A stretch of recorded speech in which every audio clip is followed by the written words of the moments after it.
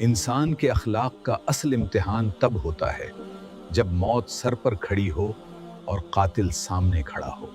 تاریخ اسلام نے ایک ایسا حیران کن منظر بھی دیکھا جب ایک خلیفہ نے اپنے ہی قاتل کے لیے نرم بستر کا حکم دیا۔ 21 رمضان کی فجر کا وقت تھا۔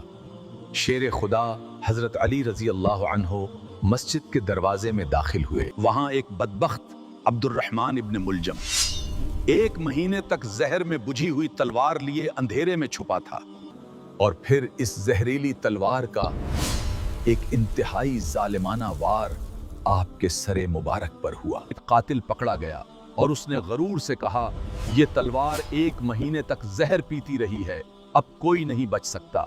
لیکن اس شدید درد اور خون میں بھی آپ کی زبان سے نکلا، فزت ورب الکعبہ۔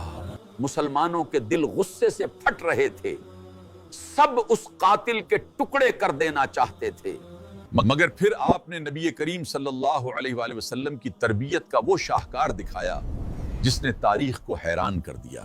آپ نے اپنے قاتل کے لیے حکم دیا، اسے اچھا کھانا کھلاؤ، اچھا پانی پلاؤ اور اسے اچھے اور نرم بستر پر سلاؤ، اور فرمایا اگر میں شہید ہو جاؤں تو 1 وار کے بدلے صرف 1 وار کرنا، اسے کوئی تکلیف نہ دینا۔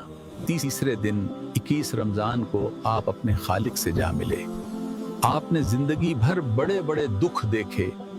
ہم چھوٹی چھوٹی باتوں پر سالوں کی دشمنی پال لیتے ہیں، اور ایک وہ تھے جنہوں نے اپنے قاتل کے لیے بھی انصاف مانگا۔ اصل طاقت جسم میں نہیں، اپنے غصے کو قابو کرنے اور معاف کر دینے میں ہے۔ اس عظیم اخلاق کے واقعے کو صدقہ جاریہ سمجھ کر شیئر کریں، کمنٹ میں دل سے اللہ لکھیں اور اپنا غصہ آج ہی ختم کریں۔